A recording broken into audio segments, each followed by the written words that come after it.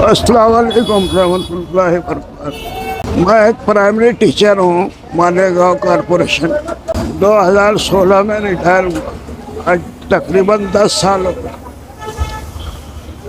और 10 सालों से पेंशनर लोगों की पेंशन, रेगुलर टीचरों के पेमेंट 3-3, 4-4 महीना हो जाता, 1 महीने की डालते हैं। अब मेडिसिन वगैरह, घर के लोगों के अखराजात, बाहर का आना जाना, शादी ब्याह, मौत मैयत, एकदम आदमी मजबूर हो जाता। अभी ये 4था महीना शुरू हुआ है, एक पेमेंट डाले, एक पेमेंट तो बांटने में चले जाता आदमी जिससे कर्जा लिया है। कुछ समझ में नहीं आता। बहुत सारे तो मेरे से भी गए गुजरे लोग हैं, पेंशन लेट होने पे बेचारे थोड़ी उम्मीद रखते हैं कुछ मेडिसिन वगैरह ला। तो बहुत सारे पेंशन की आड़ में तो इंतज़ार में चले भी जाते हैं। ये मामला जो है कब तक चलेगा, ये रुकना चाहिए। गांव का एजुकेशन मिनिस्टर है, एमएलए है, एमपी है, बहुत सारे नेता हैं। 80% स्टेट गवर्नमेंट भेजती है, 20% कॉरपोरेशन।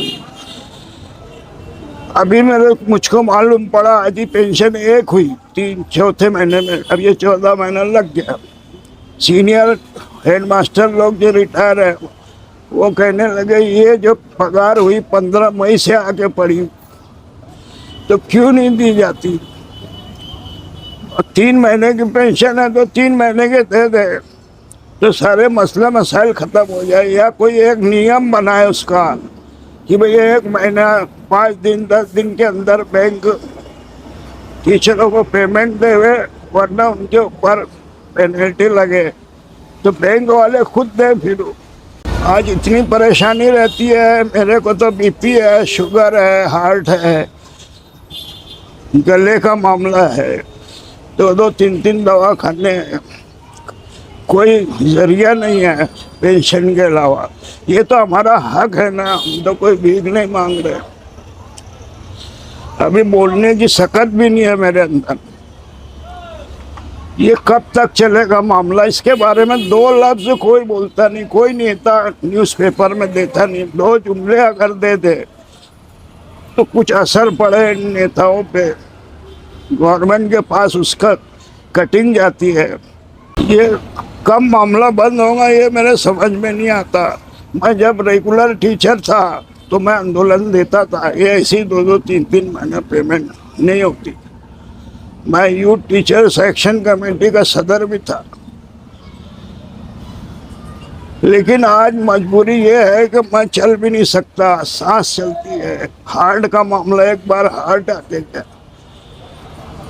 कहाँ से अखराजात लाना कुछ समझ में नहीं आता। मेरा दूसरा आंदोलन तो मैं ये सोच रहा कि गले में जो है एक बोर्ड टंगा दूं कि मैं रिटायर्ड टीचर हूँ, मेरी मदद कीजिए, और एक कासा हाथ में ले लूँगा। अब वही एक रह गया है मामला। इधर जनता बैंक में हजार खोली में जाते हैं तो चेयरमैन बोलती है आधी पगार लो। इन्हें 3-4 पेमेंट के बाद में एक पेंशन होती तो उसमें भी बोलती है आधी अभी लो, आधी कल लो। अब मुझको तो खड़े भी रहते नहीं आता। ये मामला कब सीधे होंगे, इसकी नोटिस लेना चाहिए, कॉरपोरेशन ने भी लेना। आसिफ साहब से भी मेरी दरख्वास्त है कि वो इस मामले में कोई मजबूत कदम उठाए।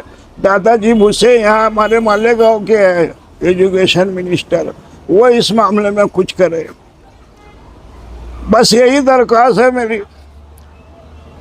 बाकी तो मेरे को बोला भी नहीं जा रहा। डॉक्टर ने अभी मना किया, शोएब मलिक ने अंदर कैमरा डाल के देखा, मेरी आवाज़ भी नहीं निकलती है बोलने।